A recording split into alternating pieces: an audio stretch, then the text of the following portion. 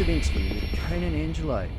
Hey Conan, there was some rumours going around that Sandal's girlfriends couldn't keep their hands off you. I got hired right away, and Milius said I arrived on the set at a perfect time, sitting in a director's chair, and here I got hired to stand behind him and work his neck and shoulder. And Arnold nudges me and says, hey, the women are raving about your massage. Now begins your world-class workout. And he fired off his arm in front of my face, and it was bigger than my head. To run at her, leap up, I make sure I leaped up.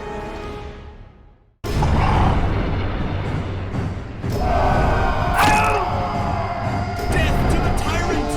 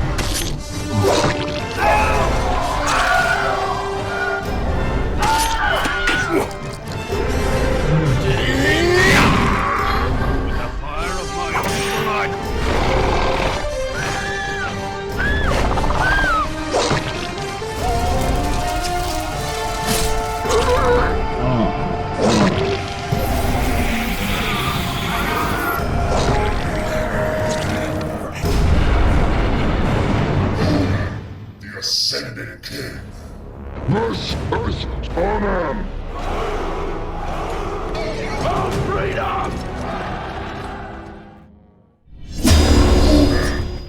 Welcome fellow barbarians, here we are with an exclusive interview with Conan Angelo, a massage therapist and stuntsman for the 1982 film Conan the Barbarian. He was described by Arnold Schwarzenegger as his wildest trainer. Hey Conan, there was some rumours going around that Sandal's girlfriends couldn't keep their hands off you. What's with that? They did, they kept their hands off of me, but I was hired as a massage therapist. That was the only way I could get into the film. They were only bringing 7 Americans to Spain. I had to actually arrive in Spain and then audition my skill even before I got officially hired.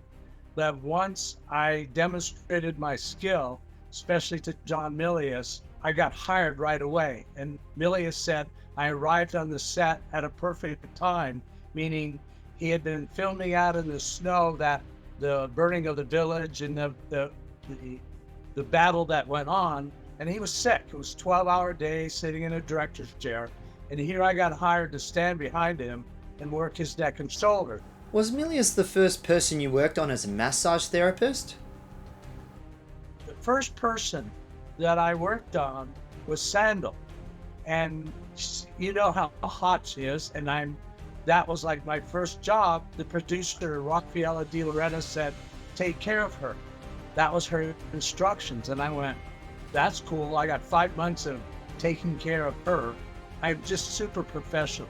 I know what I'm doing. I work the nerve lines. I do this type of stuff.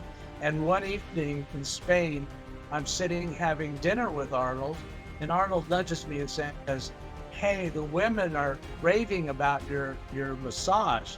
And I looked at him and I said, that's great. I'm glad they are, because I was the talk of the set when I got there. To think that a massage therapist had arrived on a barbaric epic movie set, and he just brings this, as Arnold said, brought spirit to the movie. And when you can sit in bed behind a director's chair, and Milius got to come in, get ready to direct, and then have his neck and shoulders worked on in between takes. He loved me, and so did Sandal. Sandal was she was the one that, she experienced my massage the very first day I arrived in Spain, and nobody had seen me except Arnold and her, and she said, hire this guy. And I'm so thankful to her for getting me instantly hired. and the other women were just more fun to deal with. And I do a really good massage. I was thrilled to work on all the women. I'm proud to say I work on Viking warrior princesses. I take care of them.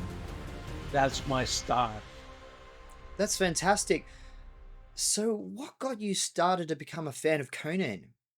I was living at a beach in Maui, and I had no job.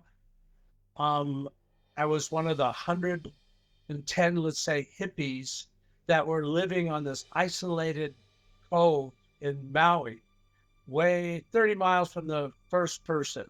Okay. And 3 months there made me very barbaric because I had very little food. There were pirates and beating up people. And when I arrived at this beach, I was given a pup tent as like a gift from a guy that was leaving the island, and I had no place to stay. So I set up camp in this little pup tent on this naked hippie beach. And so now this is the first time I've ever naked with a bunch of people. What was that like? It was paradise. It was beautiful water, beautiful sand. It was trying to survive. It was like you knew you could be beat up anytime. You could be macheted just as a sport, like to beat up long hairs. Did you ever get personally attacked? I never got accosted.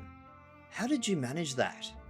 Anybody that was like fierce and ready to beat anybody up, they found me as a pleasant person, and I was captivating for them. But so 3 months of living, of praying for food, praying for coconuts to drop so I could have some food, made me very barbaric looking. Hair down to here, serious look at life. And I had gone into town 30 miles away called Lahaina, and I was sitting at a coffee shop having my morning coffee and papaya. And I was sitting next to a real long-haired guy who was totally stoned, totally on acid. He literally had lost his friend walking around. And I noticed him, in his state of mind. And I noticed two Hawaiians sitting over in the corner there, looking like angrily at him. Why were they angry with him? Because the Hawaiians did not like long hairs because they brought drugs to the island, and their kids were on drugs, and that would piss anybody off if that kind of a long hair infiltration into the island caused their kids to be stoned out of their mind. How did you respond to this situation? Under my breath, I said to this guy, I said, "Hey, you better tone it down or you're going to get beat up." And I said this under my breath, very Conan-esque, shall I say. And he looked at me and he said, "You remind me of the character Conan. My hair's down here, the seriousness of the moment." And he said, "Have you read the comic books?" What year was that? This is 1972. How old were you then? And I'm 22 years old. And I said, "No, man, I've been living in the jungles. I don't have any access to any news. It's just survival is what I'm going through." And he said, "Well, I want to leave you some comic books before I leave the island. Where are you staying?" And I said, "Well, I just am moving into this apartment across the way from this cafe." And so 3 days later, on my doorstep were Conan comic books, a stack of them. What was your first impressions of the Conan comics? I was enthralled by looking at the character Conan and thinking that I live in a violent territory. You could be beat up any moment. It could happen any moment. And here was a brawler with an incredible build who would go into any tavern and beat up everybody, think anything about it. And I wasn't that way. I was raised to maybe become a doctor. And so I was into this healing, kind of a mentality, never a violent, never martial artist, never. And I looked at the comic books and I saw him in the comic books, Conan character, battling these people in a tavern, knocking over everybody, slashing heads. After a hard day in the forge or on the battlefield, it can make one very thirsty. Whether you're a slaying barbarian, a Mongolian marauder, a wizard out of Mojo, or a Viking warrior princess, there is only one thing to do. Head to the tavern, buy me an ale. Click the link below or scan the QR code to show your support for this channel. And now back to the interview with Conan Angelo. And I was so impressed with seeing a comic book character looking that way, wielding what? What was his tool of choice? The broadsword. And I thought, what a wicked way of living. That's how you make your living, by wielding a broadsword. And here I was going to be a doctor and, do things like this, and never even thought of living the life of having a broadsword in your hand. But I looked at the comic books and I thought, someday there'll be a Hollywood Conan. And I knew if anybody could play that character, I'd have to become his friend, because I, as the size I am, I wanted to learn what he did for his body to get to that comic book look. And again, I only had comic books. There was no Schwarzenegger in the picture. This is years before I even met Arnold. How did you begin living the Conan fantasy? I took that comic book, I looked at it, I analyzed the motions that he was in with his sword, and I'd practice. I had a cow bow, a cow rib. That was my only sword. And I'd be out in the wilderness, and I'd practice the motions that I would see in the comic books. What led you taking on the name of Conan? I was so captivated by that fantasy of the comic book was so much more interesting than the reality that I was living in, that I just I locked in on the name. I took on the name Conan. It was like a spiritual anointing that was happening to me. It was like, do not let anybody take away that name from you. And I took on the name. My normal name was Jack Michael Angelo, UCLA honor student, pre-med, etc. That was all bullshit, living in the jungles, because they had nothing. In the jungles, you had to be like a Conan-esque kind of character. So I took on the name, and it was like a focus. I didn't want anybody to deter me from tuning into the Conan fantasy. What made you interested in belly dancing? I took that comic book and I analyzed it. I looked at the girls that were in the comic book, and I went, wow, they're belly dancers. And so eventually, a few years later, when I moved back to California, I had the opportunity to join a belly dance class with females that looked like those females that were in the comic books. So again, I'm trying to live the life of the comic book, again with my focus on how do you look like that. I became a surfer because that was like the most barbaric living style that I could come up with, and became an avid surfer. The tubes, the porpoises, the sharks, the bikini girls, and then I started taking belly dance lessons. What year was that? This was like 1975. Why did you move to Aspen, Colorado? I read in the comic book that Conan was a hillman. I wasn't a hillman. The only steepness I saw were waves. And I came from California. And it was, just cement shit. But I discovered Aspen, Colorado, which is you live at 8,000 and you ski at 11,000. And it was the first time I'm actually negotiating and learning how to climb, how to handle the lack of oxygen. I'm still reading the comic books. I'm still now in Aspen, Colorado in 1975. And I got a job as a belly dancer at the local hotel, which kept me in Aspen and I became like infamous in this little ski town of this California long hair surfer guy dancing the girls for his rent money, his ski money, his food money. And quite literally in the evening time, I would go to the hotel with a sword. This was really key for me because the normal life of normal living, what do guys do? They did construction, they did this, they did this. Nobody walks to work with a sword in their hand and dance with girls that were like in the comic book. I created that for myself to stay, again, focused in on this world, this Conan-esque world. Conan, when did you first meet Arnold Schwarzenegger? There was an actor friend of mine that came through Aspen that knew about me in California. He knew about my fanaticism with the comic books. And he said that he knew who was hired to be Conan.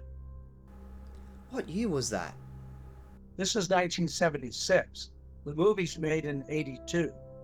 So this is at a time when Arnold was being approached by the producers like Milius and the director like Milius because of his body.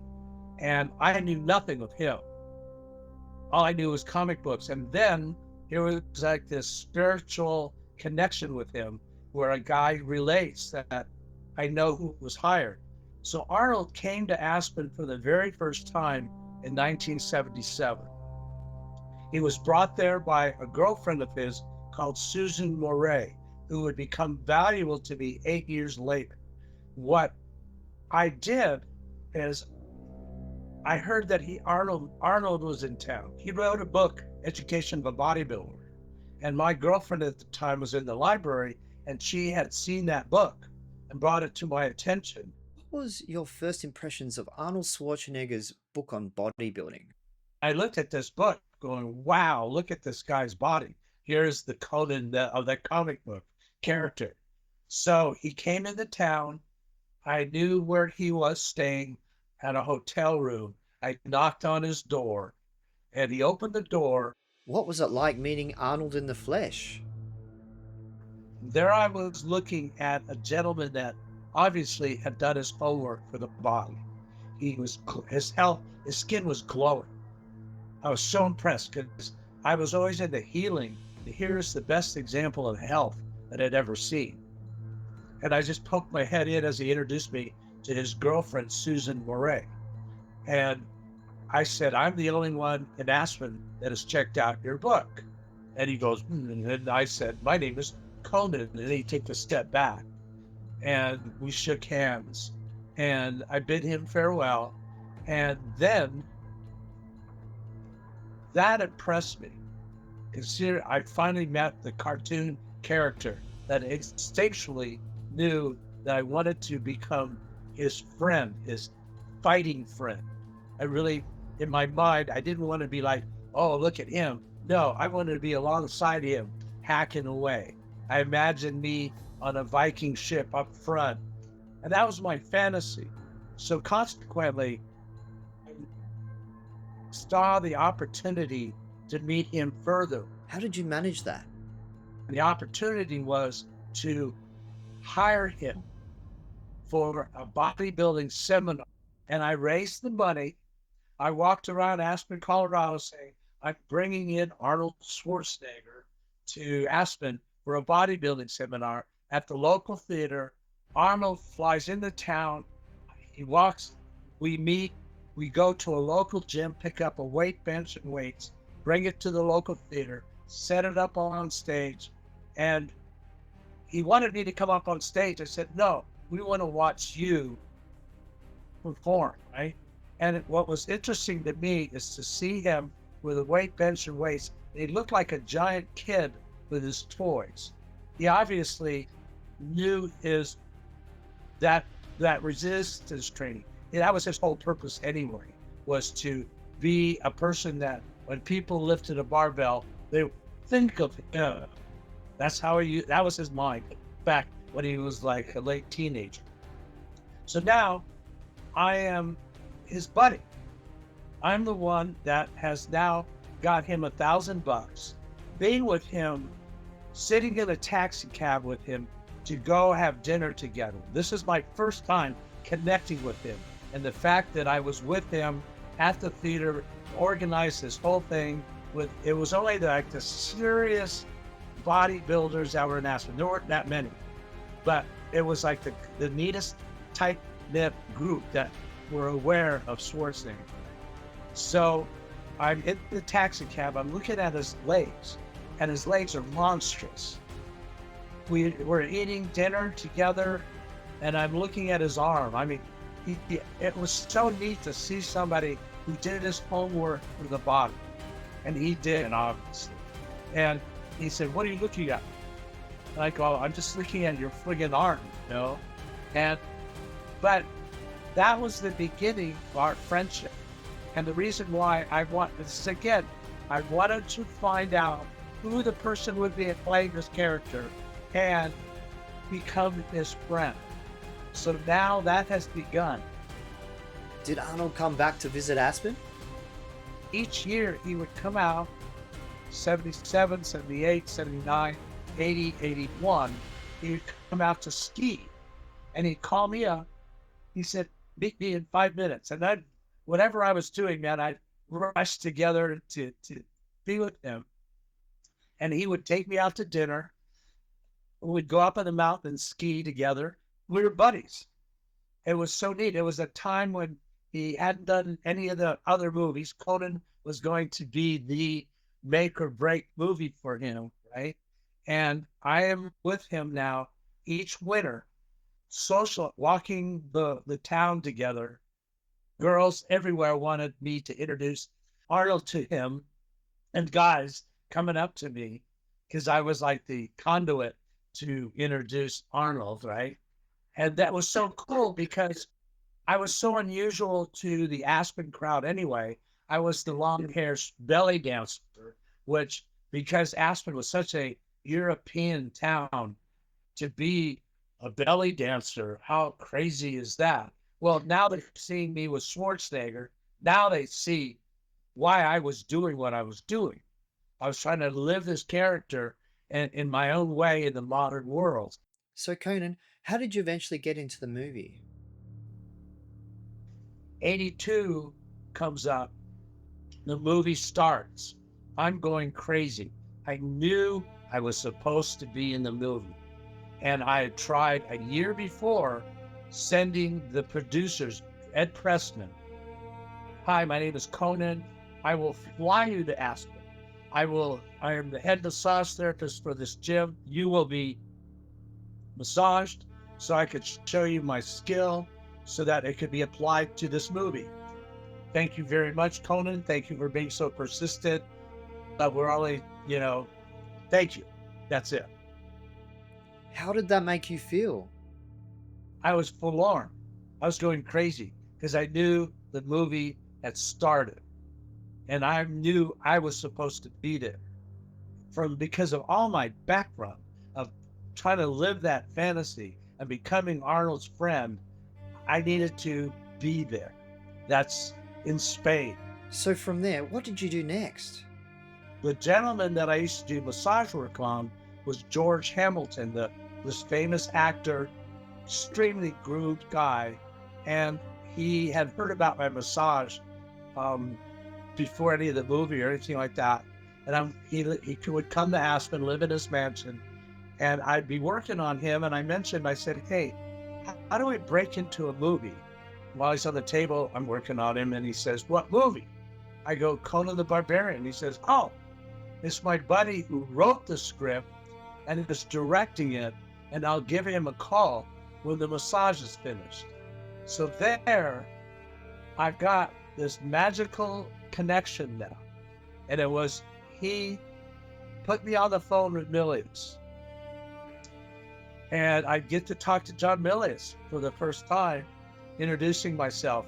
And Milius he was reticent. He said, well, I'm only taking 7 Americans, like James Earl Jones and Sven and certain Terry Leonard, the stunt coordinator, people like that. I mean, these are high-level movie people. What did they want about this guy that wants to beg to be in the movie as a massage therapist, right? There was like, okay. That is really cool that George took the initiative to connect you with John Milius. Did George do anything else to help you?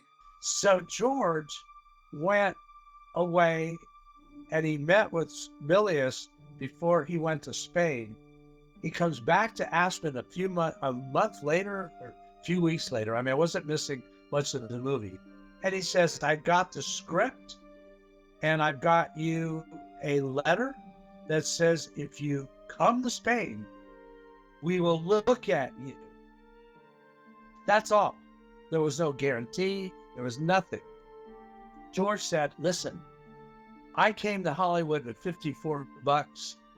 He said, you get yourself to a production site, you'll probably get hired. Get there. I'm not lending you any money. So I borrowed $1,000 that paid me one way to Spain, another bunch of money in case I had to come back. I had 3 days worth of hotel and food money. That was it. I gave myself 3 days to get hired. So off to Spain I go. And I walk into the hotel where it was a 23-story hotel in Madrid. And there's no rooms to rent. This is where the cast is. So I have no place to stay at the moment.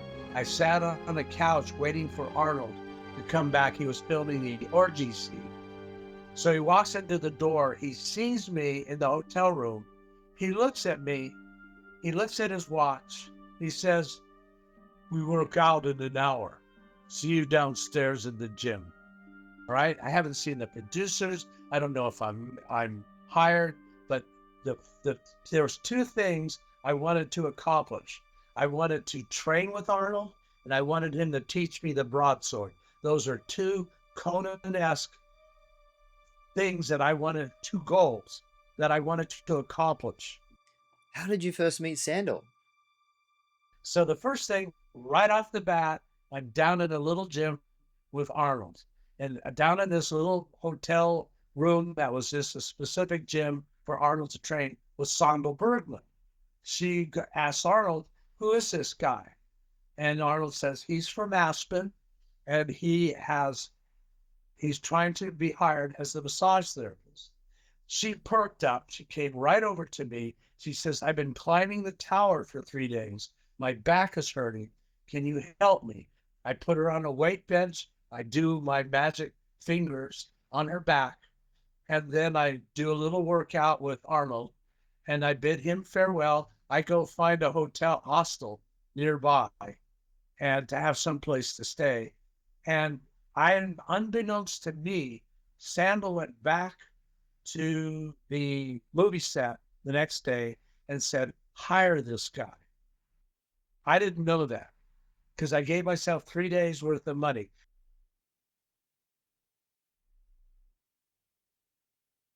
Now, in this movie making business, there's flurry of activity. There's taxi cabs taking people to the set, buses taking the crew to the set.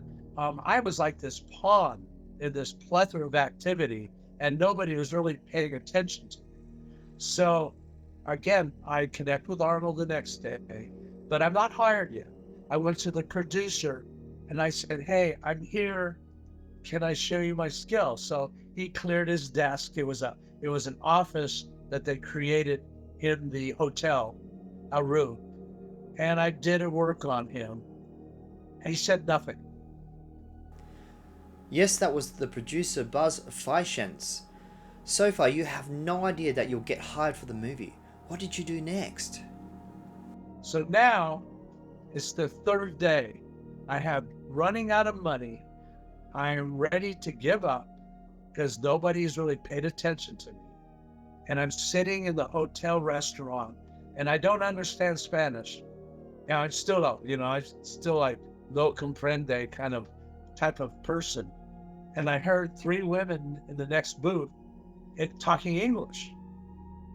And I'm going, well, this is my chance to hustle some massage work, to give me some extra money, to spend a few more days. I mean, literally, I'm desperate. I stand up, I go to the next table, I go, hi, I'm trying to be hired to be in a Conan film as a massage therapist, and I need to make some more money. And they looked up at me and they said, are you Conan? I go, yes. You're the talk of the set. I go, what? Sandal talked you up. I am John Milius's wife. He wants you to do a massage on him tonight.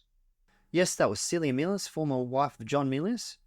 She already was an established actor, and she played the role of the high priestess who had some interaction with Conan while he pretended to be a devotee of Thulsa Doom. So I'm staring at John Milius's wife. I'm staring at Ron Cobb's, the set designer's wife, and Jerry Lopez's girlfriend. And they're all looking at me and saying, can please come up to John Milius's room tonight, give him a massage. And I was stunned because I was right at the brink of not staying there. But here I am meeting John Milius, working on this bearish kind of a guy, doing as best a job as I could. The next morning, the three women picked me up in a taxi cab because he has already had the go-ahead to get this guy hired. And I'm being taken in a taxi cab to a military base. And this big base is where they had the tower, they had the King Castle interior. And I was issued into this little tent. I sat next to Arnold and Milius. It was just us three. Steak, wine. Arnold is talking about writing a book about conquering. And this is just a lunch break. And here I am sitting with these two guys, having been ushered in with these three chicks into the military base. They get up, we walk into the tower. This is where they were jumping onto airbags from the tower and climbing up. They spent several days filming this. And I was introduced to Rafaela de Laurentiis. What a doll. She was 25 years old. She was in charge of at that time it was only 13 million was the movie. It bumped up to 20 million at the end. But she looked at me and just welcomed me. She's Italian, and she says, Conan, I am so glad to meet you. I mean, she was so warm to me. She says, Sandal talked all about you. She said, take care of Sandal. And I thought, oh, this is great already. I've got the hot chick that I get the massage for the next 5 months. So then they're busy filming. And now I'm all alone again. I walked into, they had just finished filming the assassination of the king, Osric, in this giant barbaric king castle room. And I was in heaven. The candles were a foot thick. The timbers the fake timbers were 4 feet in diameter, lashed with huge ropes. And the big king's throne. And I walked around in the back, and you never saw that in the movie, but it was where the warriors would gather in this giant fireplace with weapons on the wall. And it was dimly lit. The activity was going over in that part of this military base, big room. And inside, I looked around and I went, I did it. I finally made it into the movie. Coming to that realization, how did you respond to that? I teared up a little bit. And this, in my mind, I went, Crom likes me. This was like my anointing. Because I'm all alone. I have nobody else to really express this to. But I am standing in the warrior room. And now begins my daily work. You mentioned before your involvement of the burning of the Cimmerian village and now being on the set of King Osric's throne room. What was the next scene you participated in? Day is the pit fights. That's where that grimy, dark fighting going on. And Milius sees me. I just arrived on the set the next morning, and Milius calls my name. Conan, come here. And he places me behind the director's chair so I could work his neck and shoulders in between camera takes. That was my spot.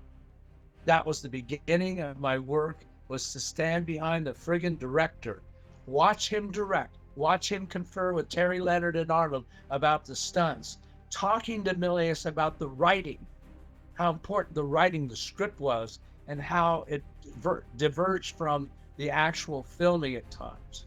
And he and I hit it off big time because I was really helping him out.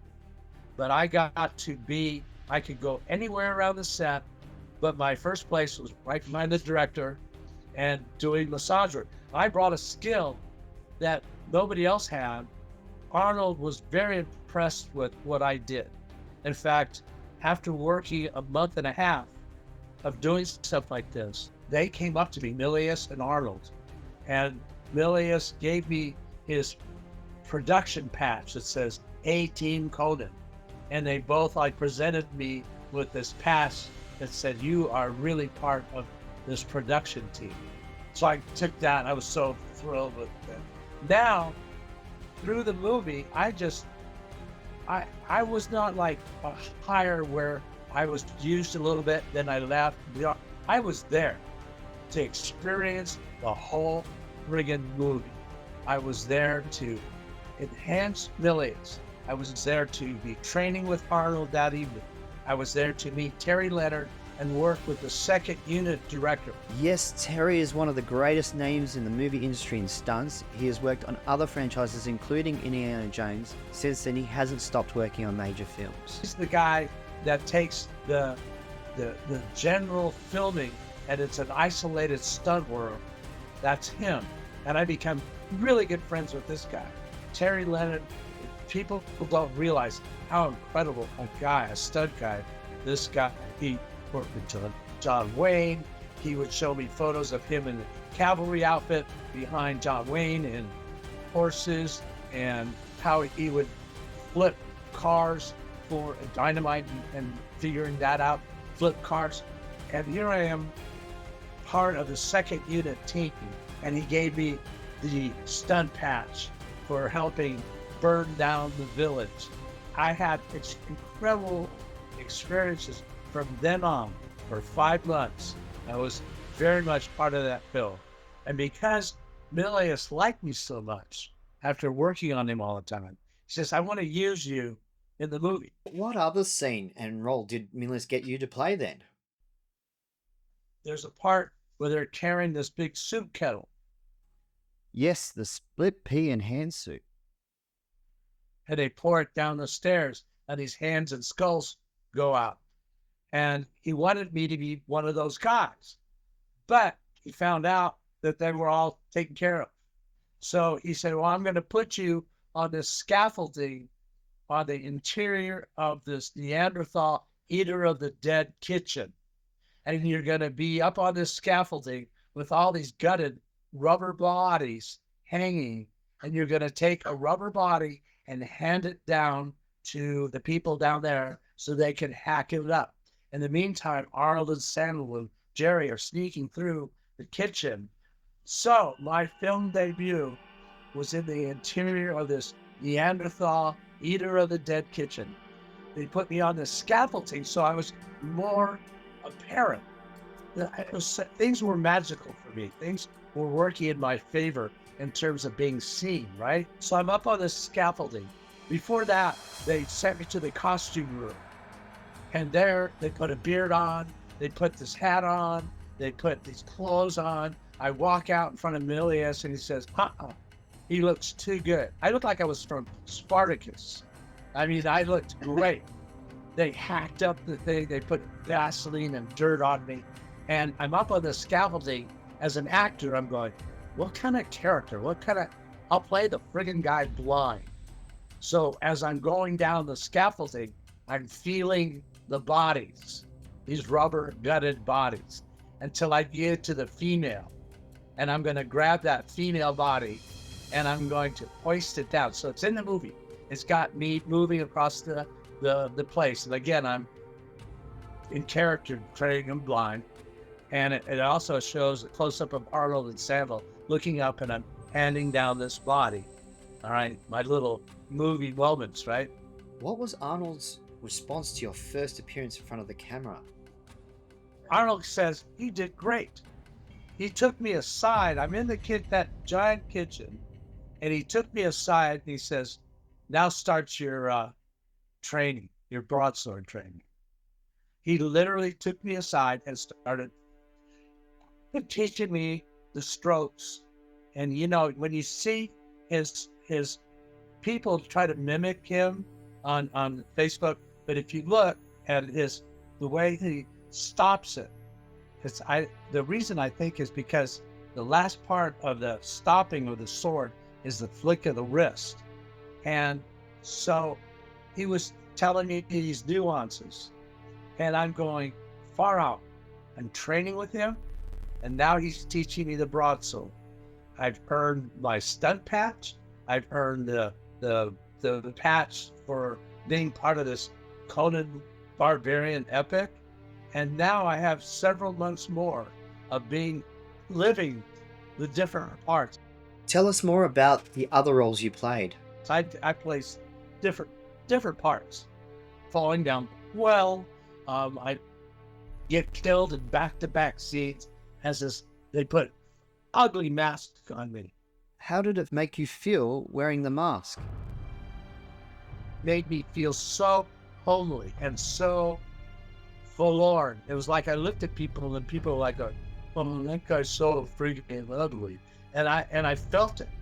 And I played Neanderthal, Eater of the Dead, trying to figure out how I'm supposed to walk or do that.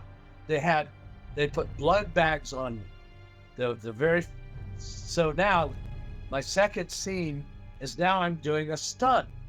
My first stunt. I want you to run off this little ledge and jump on Sandal, and she'll hack you in midair. And while Arnold and Jerry Lopez and the princess are escaping through. So now I'm a Neanderthal Eater of the Dead. I've got this ugly fucking mask on. I'm going to run at her, leap up. I make sure I leaped up so I could be seen like I'm doing something spectacular. And she slices me midair. I fall to the ground. She does, you'll see in the film, she hits me and my leg goes up as if it's the last reflex of getting killed, right? Right after that, I'm in the next scene. There's two Neanderthals going after Sandal now. I've already killed the one, so I lowered my gait, not knowing how to maybe change my character, but I lowered my gait. They had a blood bag about this size on a pad. So now I have a spear. So I lowered my gait and I run after her like more like a gorilla. And the spear is to be hacked by her. She's supposed to spin around. I have the stick up here. She hacks that, stabs me, breaks the blood bag, and I roll out. Well, I got hurt right off the bat. She's not a fighter. She's not precise. She's a dancer that was learning martial arts. She was unlike Sven Thorson. Sven, he and I used to talk about stunt fighting. Stunt fighting is different than real fighting. You know, you're like holding the sword in from, like, you're bringing the sword down to here. You're not hurting. These guys, Sven was precise because he was a martial artist. Sandal was not.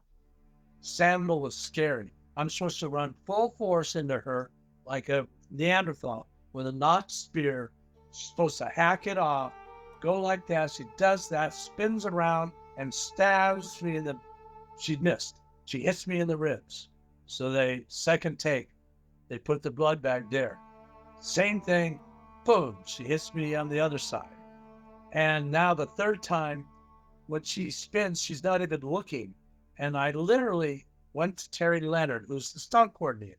And he always told me, he said, if it gets too much, we'll stop production, we'll figure it out. Well, that's what happened. I went, Terry, I'm too scared to run full into her. She'll hurt me. So they made the blood bag bigger, the pad bigger, so she had a better target. And it took 7 takes. And quite literally, it worked. Once she realized what she was doing and how precise she had to be, hitting me and killing me. But there was back-to-back stunts right there. That's incredible. How you got to face off with Valerian battle. What was the next scene you were in?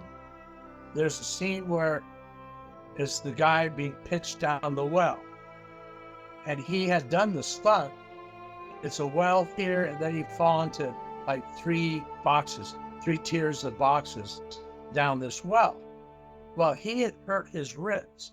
So there is a scene in the movie where you see the body traveling down the well. But the beginning was me. I was substituting for him. He had me get in these incredible leathers. And this was my favorite part, because these are the things I'd really like being in, these fighting leathers.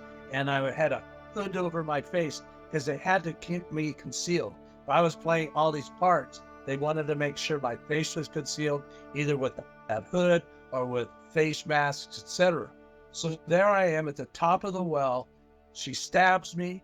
She puts a noose around my neck. Took him 2 hours to set that noose up, so it wasn't going to go when I fell down the well. And Terry goes, "Wait, I want you to pitch yourself out. I want you to like this. You see stuntmen falling, you see them clawing the air. I want you to claw the air. Don't hit the side of the well. And then at the very last moment, I want you to pivot so that you hit the boxes like that." There's a lot to take in. It was like, okay, here we go, action. And she stabs me and she wraps the noose around my neck.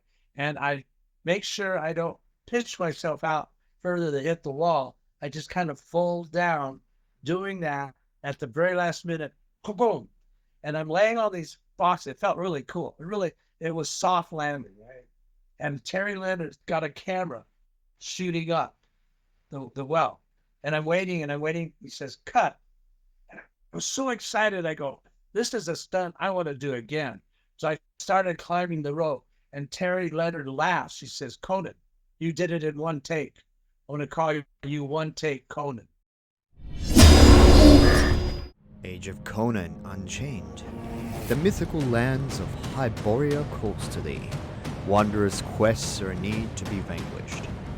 Join me on high adventure of the many kingdoms of Robert E. Howard's fictional world of a distant past that could have been. And if you dare, you can collaborate with me for domination in a world full of monsters and rival armies battling for supremacy.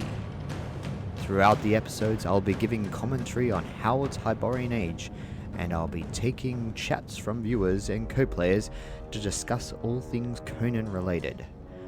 Tune into my Twitch channel at www.twitch.tv/amacmordean. I look forward to seeing my fellow barbarians in the Age of Conan Unchained. Now for the interview with Conan Angelo. I was successfully doing massagery. Now I'm being successfully doing stunt.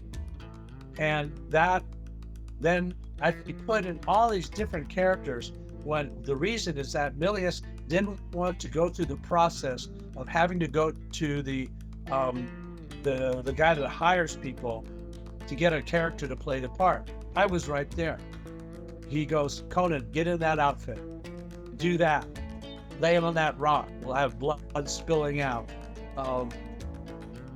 I got to do all these 11 different bad guys in the film because I was right there, available, and Milius loved what I was doing. At the end of the production, what did you get up to? Excitedly at the end of 5 months, the producers came up to me and said, "We're having a cast party. It's in the hotel, and we knew you were a belly dancer. And would you perform belly dancing for the cast party?" Meaning James Earl Jones, Terry Leonard, stuntman, sandalled Bergman, Arnold were in the audience and on the stage. And they said, "Go into the costume area and pick out what you need." So I picked out my riding boots from the movie. I picked out the castilla that goes over your head like this. They didn't know what I did as a belly dancer. They didn't know it was like a feminine or something like that. It was not that way at all.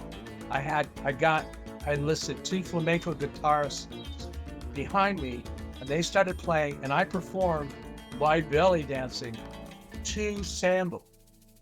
And as I walked off the stage, Arnold said to me, "Conan, if you took your clothes off for women, you might earn a lot of money."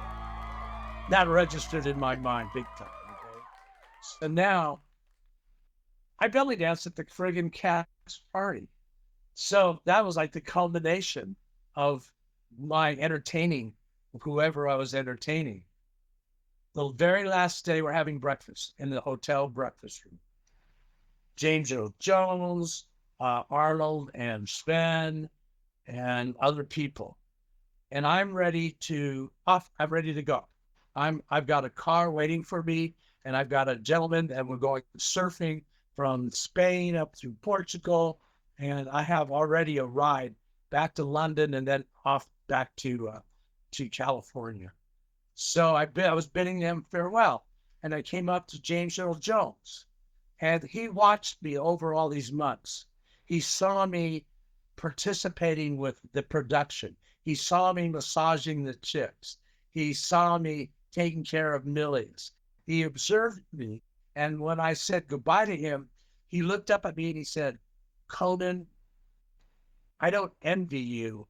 I admire you." And I went, "Oh, far out. Goodbye, James Earl Jones. Thank you." Then I went up to Arnold. Now, this is my last time to see him. And he is hunched over eating his breakfast, and Sven is there. I go, "Arnold, take care. I'm off to surfing. I'm going to be checking out the waves as I go to the coast of Spain, up through Portugal, up to Morocco. And I'm meeting some girl belly dancers from Aspen to belly dance in Morocco." I split, went back to California, went to Chippendales, which had just opened up the male review for females. And I looked and I asked the guys there, I said, "What are your rip-away pants?" Because I wanted to make those rip-away pants. Learned how to do it, went back to Aspen, took jeans, sliced them down the side, had a seamstress put on these buttons. I was now a cowboy stripper. Arnold had told me that I would make a bunch of money, and I did it. So I would go into girls' parties after that.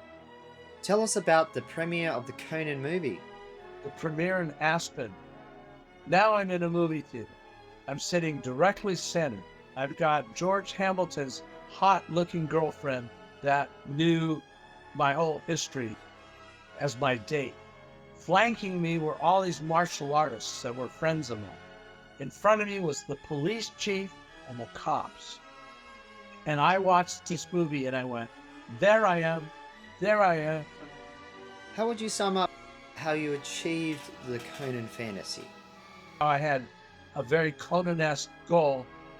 Train with Arnold, teach me the broadsword. I don't know what else I was going to do, but I did become the massage therapist and stuntman and become so well liked on the set that was my ability to be myself on the set and live the barbaric fantasy. And it's so fun. What are your thoughts on this movie becoming a pop culture sensation?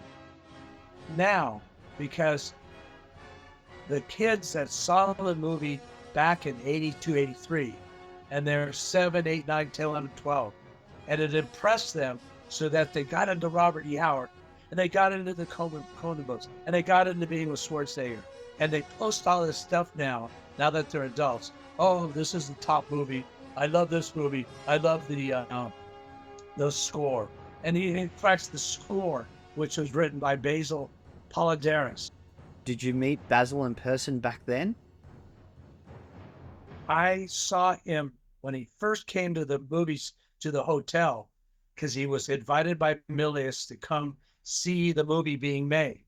And he's standing outside the hotel one morning when he arrived, and he didn't know what to do. And when you, in the morning, you're given this this itinerary of the characters, what's going to happen, what the scenes are, what the transportation, the taxi cabs and the buses, etc.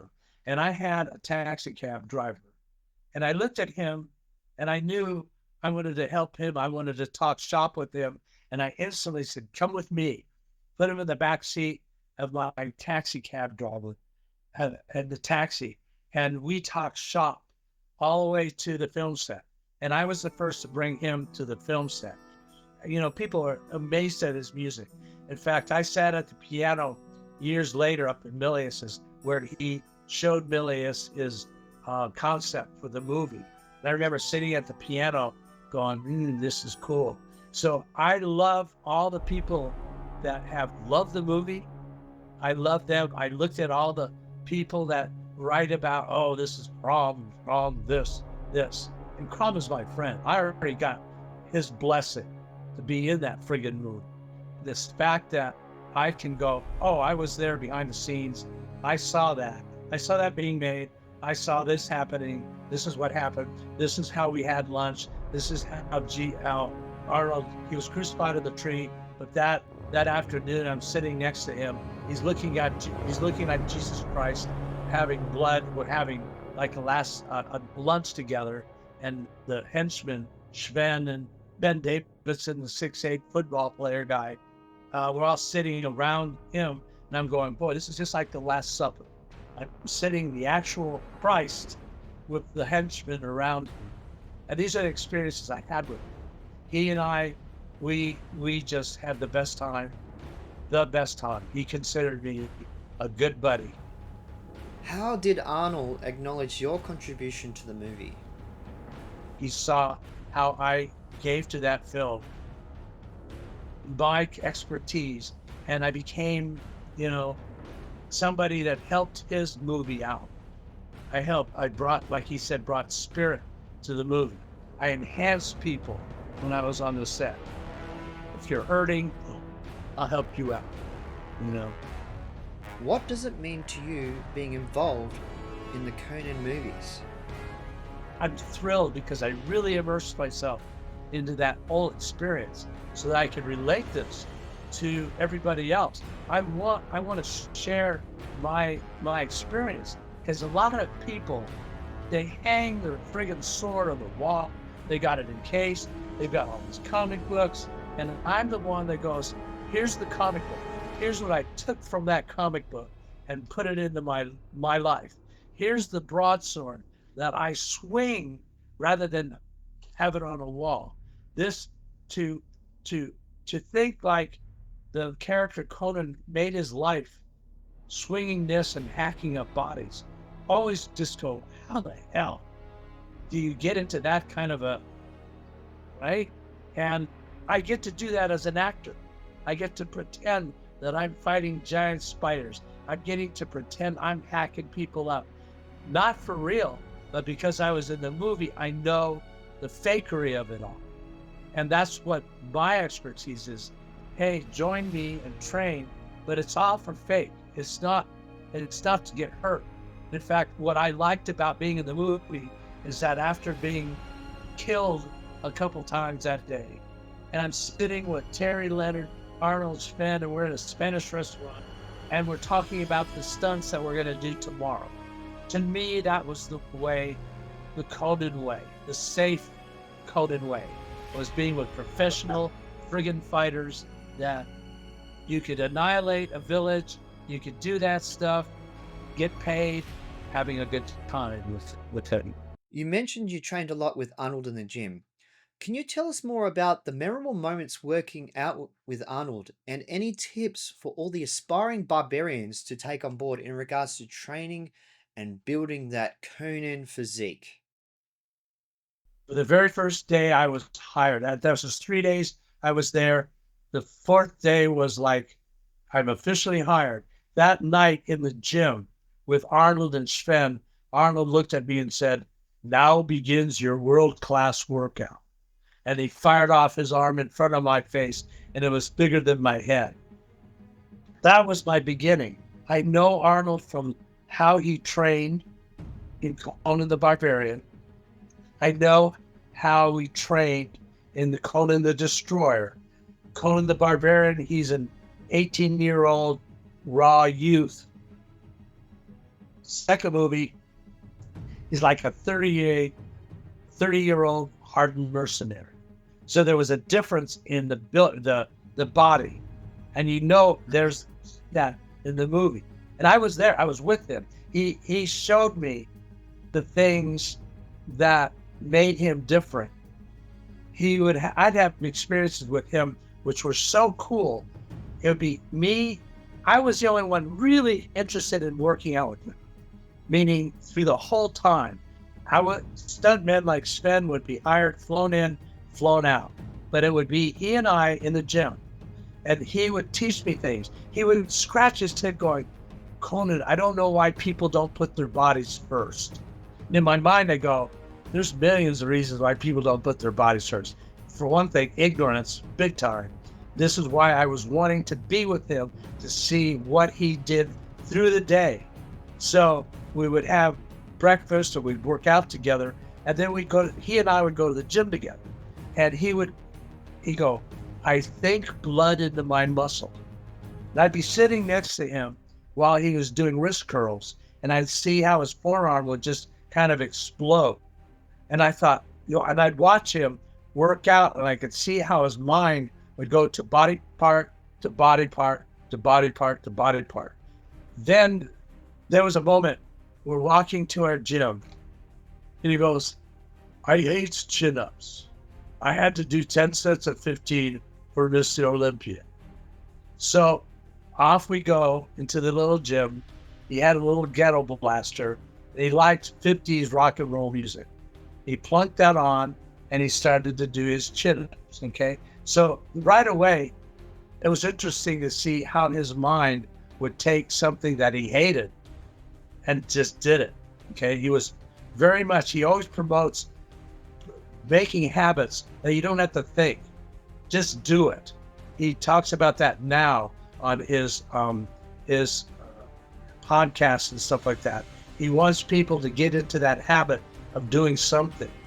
And he was the epitome of that. Oh, here was another thing. Work out as if 1,000 people are watching you. That changes your whole demeanor. You know, when you look, I'm doing curls. Now I'm doing curls in front of 1,000 people. And he's currently, you see him being filmed a lot, working out. That's his whole concept. See me working out. Thousands of people. Do what I do, please. And, that was work out as if 1,000 people are watching you. Beginners don't know how to balance their cardiovascular, their abs, and their weights. Thinking blood into his muscle. Your mind is your most important muscle. Ta-da! That's pretty cool. And I knew it. I knew him at dinner times. I'd see him think. I would see him work out and see how his mind would go to different body parts. And I went, that's an important thing to know, is just thinking blood to get that pump into the muscle, but using your mind on top of it. He said it takes about 3 sets to get blood into that muscle. Then on the 4th and 5th set, he would up the weight so that he could push it more in a safer way for that muscle. Just wanted to throw that out, because that's the stuff that Arnold knows I'm passing on to all the barbarian people out there. And I want them to know this stuff because it's a fantasy. Tell us about your involvement in the online Conan community. I am currently online with Conan the Barbarian and the Tomb of Crom as a contributor, and I'm saying, live the fantasy. Live the fantasy, meaning take that sword, start swinging it. You'll see how difficult it is to friggin' fight. And when you read the Robert E. Howard writings, you're supposed to be like a pantherish. You're supposed to have the speed blazing with that sword. Well, that takes practice. And it's so cool is that stuff is like what I'm doing now is training more, having the opportunity to do it for a reason, to pass the information on to all the people that like the movie and got locked in on it when they were kids. Well, you're definitely a fountain of wisdom and knowledge, Conan. And barbarians, you've heard it from the man himself. Head to the gym, head to the Temple of Iron, get fit, get strong, get swole. Work out with the sword. Well, that's it. I love it. Sir, thank you so much. I really appreciate your effort to get to know me. And I really thank you. This is the part in my life that I've earned from doing what I've done.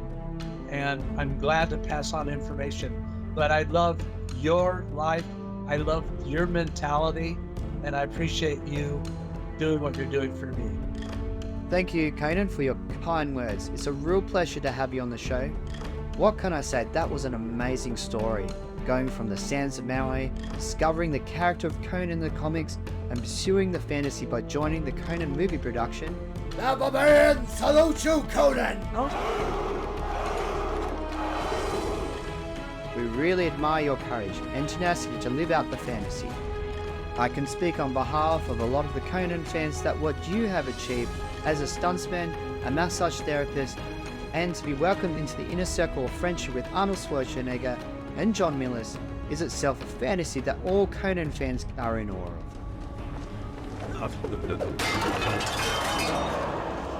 Are you not entertained? Are you not entertained? By Crom, comment below this video to share with the Conan community what you liked about this interview and what questions you would like to ask Conan for a sequel interview. For the audience out there, we thank you for watching. And by Crom, like and subscribe to support the channel. Thank you again, Conan, and we'll see you very soon. Until next time, stay strong, stay swole, and stay juicy. So for all you viewers out there that wish to keep up to date with Conan Angelo's activity, you can find him on Facebook, Instagram, Twitter, YouTube, and also his official website www.conantreasure.com. All these links will be included in the description below of this video.